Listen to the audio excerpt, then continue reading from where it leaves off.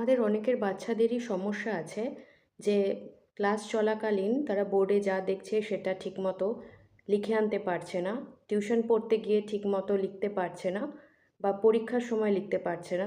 অনেকের ক্ষেত্রে সমস্যাটা হচ্ছে যেটা শুনছে সে সেই জিনিসটাকে ঠিকমতো বুঝে উঠতে পারছে না বা বুঝতে দেরি হচ্ছে। আবার অনেকের ক্ষেত্রে সমস্যাটা অন্যরকম। সারা বছর যেমন তেমন হোক না কেন, পরীক্ষার সময় তাদের দেখা যাচ্ছে যে লেখার সমস্যা নেই, অঙ্ক করতে গিয়ে বা ফিজিক্যাল সায়েন্স বা লাইফ সায়েন্স পরীক্ষার দিনকে, মানে যেখানে ক্যালকুলেশন আছে বা ছবি আঁকতে হচ্ছে বা বেশ কিছুটা জিনিস বুদ্ধি দিয়ে ভাবতে হচ্ছে, সেই সব দিনগুলোতে তারা নার্ভাস হয়ে পড়ছে বা সেই পরীক্ষাগুলো ভালো হচ্ছে না। ফলে বাড়িতে এসে প্রচণ্ড বকাবকি হচ্ছে। এটা কিন্তু বকাবকি নয়, এটা যার জন্য হচ্ছে সেটাকে বলা হয় ডিসগ্রাফিয়া। আমরা 3 রকমের ডিসগ্রাফিয়া দেখি। একটা ডিসলেক্সিক ডিসগ্রাফিয়া, মোটর ডিসগ্রাফিয়া, আর ক্যালকুলেশনে যে ডিসগ্রাফিয়াটা দেখা যায় সেটা হলো স্পেশিয়াল ডিসগ্রাফিয়া।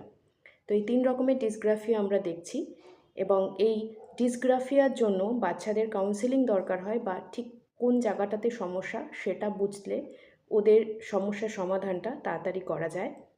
তাই এই পুরো জিনিসটাই হচ্ছে লিখন অক্ষমতা বা ডিসগ্রাফিয়ার মধ্যে পড়ছে।